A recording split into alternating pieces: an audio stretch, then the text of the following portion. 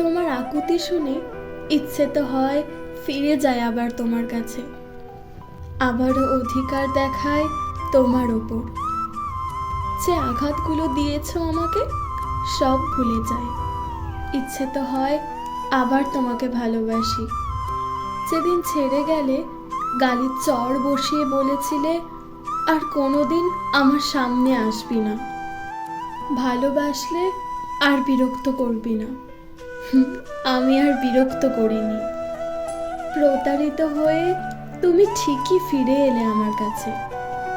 ইচ্ছে তো খুব হয় তোমাকে আবার গ্রহণ করি, ক্ষমা করে দিই, বুক পাঁজরে আঁকলে রাখি আবারও, মুছে দিই গড়িয়ে পড়া চোখের জল।